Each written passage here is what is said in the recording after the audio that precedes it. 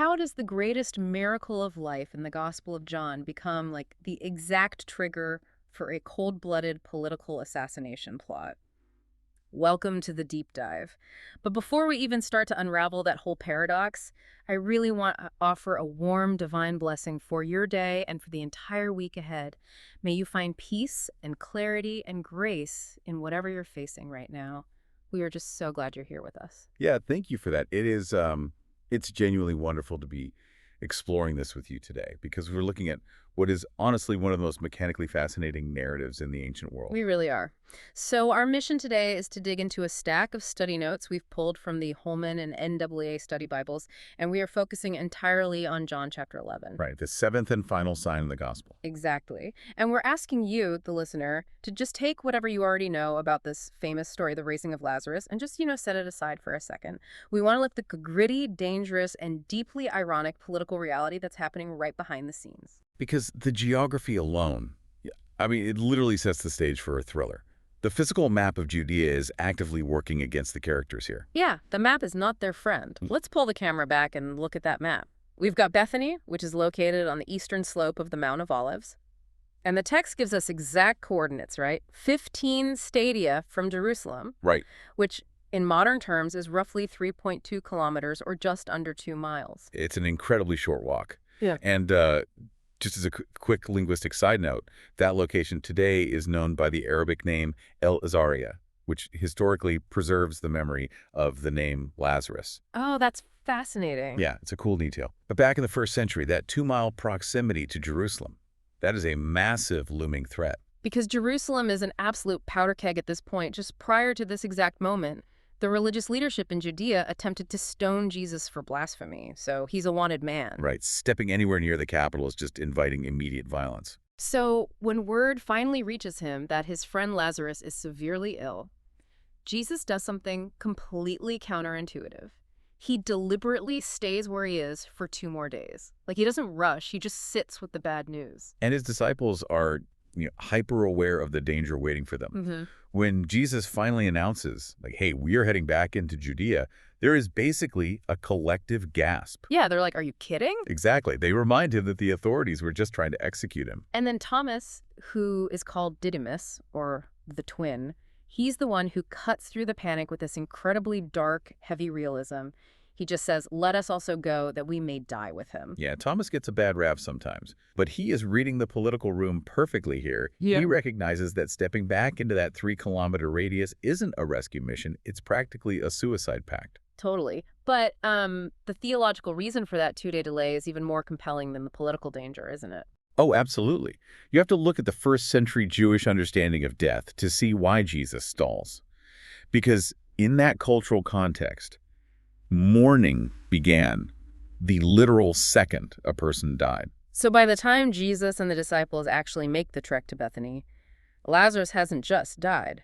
He has been in the tomb for 4 days. And that 4-day marker is everything. It's so important. In the Jewish mindset of that era, there was this popular belief that the soul hovered near the body for 3 days. Really? Just hovering? Yeah, perhaps hoping to re-enter the body. But by the 4th day, the physical decay was undeniable. The soul was gone. And their burial practices didn't prevent that decay, right? Like, they didn't do Egyptian-style embalming where they remove the organs or anything? No, not at all. They washed the body, and they wrapped it in linens with aromatic spices, usually myrrh and aloes. But those spices were essentially just highly concentrated perfume. Exactly. They didn't halt decomposition. They just aggressively masked the odor. So by the 4th day, especially in the Middle Eastern climate, the physical reality of death was absolute. So the delay was deliberately orchestrated to ensure the situation crossed the threshold of, any possible human resuscitation or lingering hope. It had to be undeniably a miracle. Okay, but I have to push back on the ethics of that, honestly, because I want to look at this from the perspective of the people actually sitting in that grief. To me, this delay feels a bit like, I don't know, like an ambulance driver getting a call for a heart attack, knowing they have the defibrillator in the back, but deliberately taking the scenic route just to make the eventual rescue look more spectacular. That's a harsh way to look at it, but I get it. I mean, isn't it inherently cruel to let your closest friends suffer through the agony of a funeral and the trauma of watching someone slip away, just to make the eventual miracle mathematically harder? Yeah, that tension is entirely deliberate in the narrative, and it's meant to make the reader uncomfortable. But if you zoom out to the broader theological framework that John is constructing in the text, Jesus is repeatedly described as the light of the world. Right, we see that phrase a lot. Yeah. And the concept here is that walking in the day means walking in the light of the divine timetable. Oh, okay. So he isn't operating on the erratic timeline of human emergencies. Right. The narrative suggests that the acute, temporary human suffering in Bethany is being allowed so it can be eclipsed by a much larger eternal revelation. Mm-hmm. He allows them to pass through the absolute finality of death to demonstrate that his authority supersedes death itself. It's a painful calculus, I agree. But in the scope of the text, the eternal revelation outweighs the temporary grief. Right, but that philosophical tension crashes right into raw human emotion the exact second he arrives in Bethany. Yes. Like, he doesn't just confidently march up to the tomb, he gets intercepted. Martha comes out to meet him. Yes, and she expresses a very standard Orthodox belief for a first-century Pharisee. She says she knows her brother will rise again in the resurrection on the last day. It's a calendar event for her, like a doctrinal concept of an end-of-history cosmic reset. But Jesus completely bypasses that eschatology. He tells her, I am the resurrection and the life. And I was looking at the Greek word used for resurrection here, anastasis, and it literally translates to stand up or arise. Yeah, it's a very physical, kinetic word. Yeah. Jesus takes this abstract theological date in the distant future, and he just collapses it into a present person. Like right in front of her. Exactly. He is essentially saying the power to make the dead stand up isn't a date on a calendar. It is standing right in front of you. Which is a massive theological claim. But then the moment of triumph instantly drops right back into the valley of human sorrow. Because Mary arrives and she's weeping. The whole crowd of consolers is weeping. And we get that famous, incredibly short verse, Jesus wept. He just bursts into tears. And, the emotional landscape in this scene is so much more complex than just passive sadness. If you dig into the original language describing his internal state right before he weeps, the Greek word is embrimelmai. Yeah, and most English translations really soften that, don't they? They say he was deeply moved in spirit or troubled, but the literal root of embrimelmai is wild. It translates to the snorting of a horse. Yes, a shuddering physical agitation. It conveys deep indignation. It is a visceral, almost aggressive anger. Like a literal war horse. Exactly. He isn't just crying because his friend is gone. He is fiercely, actively angry at the reality of death itself.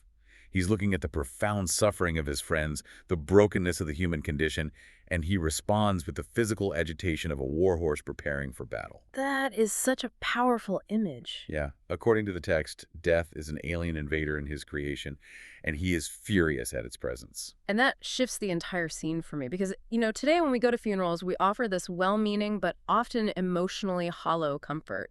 We say things like, oh, they're in a better place, or it's just their time. Right, the modern version of Martha's comfort. Yeah, it's exactly like Martha's resurrection on the last day thing. But here's my question, and this is what I really want to know. If Jesus already knows, if he is omnipotent and absolutely knows he's going to walk up to that cave and fix the problem in 5 minutes, why go through the physical agony of weeping and snorting with anger? Is he just matching the energy of the room to be polite? Like, is it performative? Not at all. Yeah. It isn't performative. It's the core of the incarnation in this theology. The text is holding two seemingly contradictory truths in perfect balance here. On one hand, Jesus is portrayed as possessing absolute divine power over life and death. He knows the ultimate victory is minutes away, Right. but yet he simultaneously experiences unfiltered, agonizing human empathy in the present moment. So he doesn't use his omniscience as a shield to bypass the grief. Exactly the opposite. He wades directly into it. The narrative is making a profound point. Grief in the face of death does not indicate a lack of faith.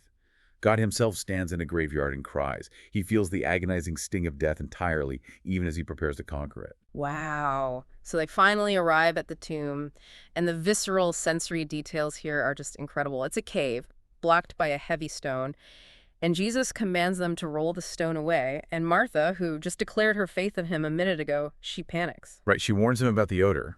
4 days of decomposition in the Middle Eastern heat. That is the ultimate sensory proof of death. Yeah, the decay has set in, but they move the stone anyway. And Jesus cries out with a loud voice. It's framed as the voice of the Creator speaking into the void. Just a simple, forceful command. Lazarus, come out. And the void answers. Lazarus shuffles out of the dark, still completely bound in his burial cloth. The dead man stands up. That anastasis we talked about happening in real time. It's amazing. And the emotional tension of the mourning family just breaks completely into awe. Yeah. But, and here's where we pivot, the shockwave of that miracle rushing out of the graveyard is what flips the entire narrative on its head. Yes, because the theological triumphs collides violently with the political reality of Judea. You have this undeniable, explosive event happening just 2 miles outside the capital. Right on their doorstep. And the reaction of the crowd is split. Many believe, but others immediately leave Bethany and run straight to the Pharisees. They function as informants, and that intelligence report triggers an emergency, panic-stricken meeting of the Sanhedrin, which is the ruling religious and political council. You can almost feel the walls closing in on that boardroom. I mean, they are terrified. They look at the situation and basically say, what are we doing? This man is performing many signs. If we let him go on like this, everyone will believe in him, and the Romans will come and take away both our place and our nation. Let's break down the mechanics of that fear, actually, because our place is a very specific reference, isn't it? They mean the temple. Yes, it is. The Sanhedrin operated with a very fragile level of semi-autonomy under Roman occupation. The Roman Empire, and specifically their prefects like Pontius Pilate, did not care about internal religious disputes. They just cared about taxes. Right, taxes and order.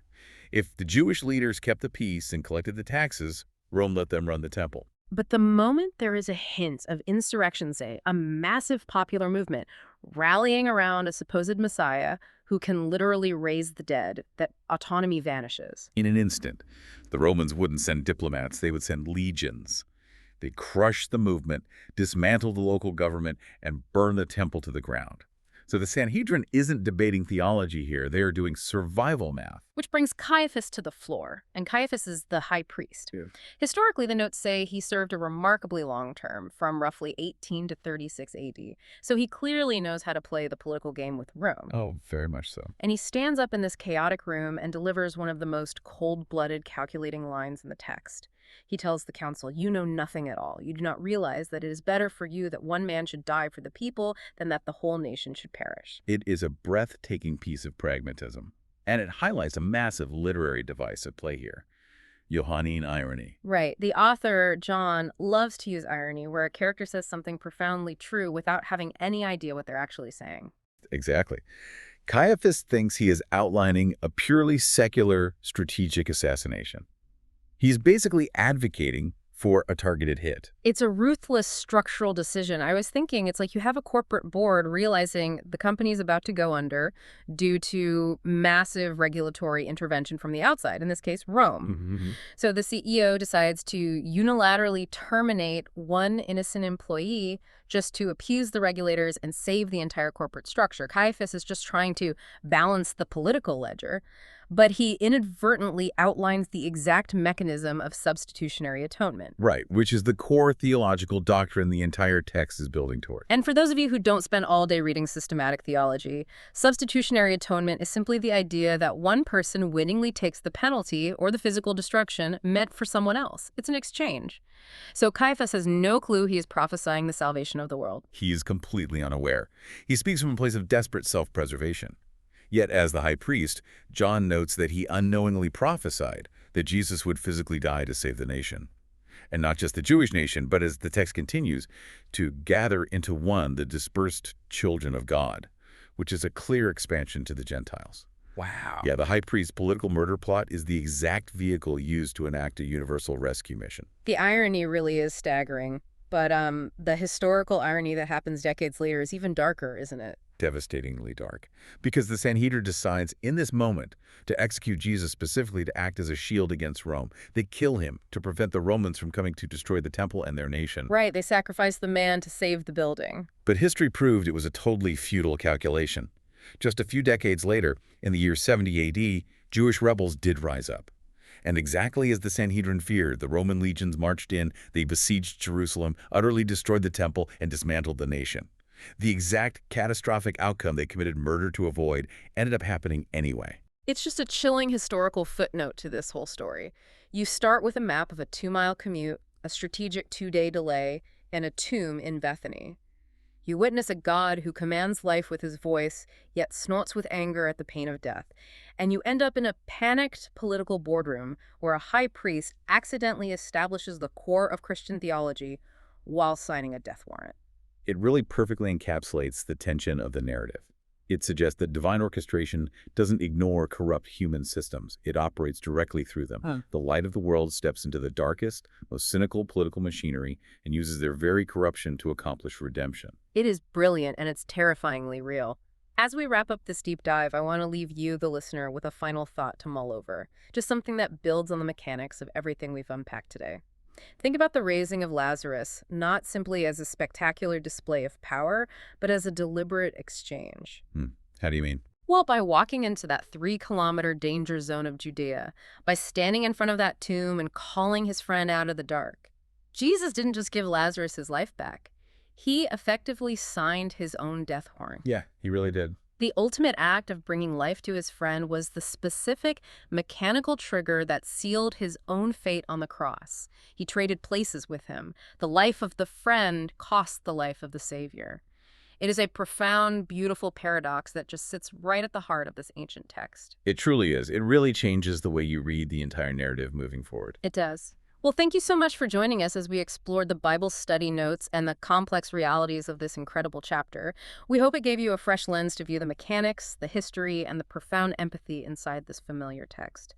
And as we sign off today, I want to declare that God blesses all of you, our listeners. Until next time, keep digging, keep questioning, and keep seeking the light. Take care.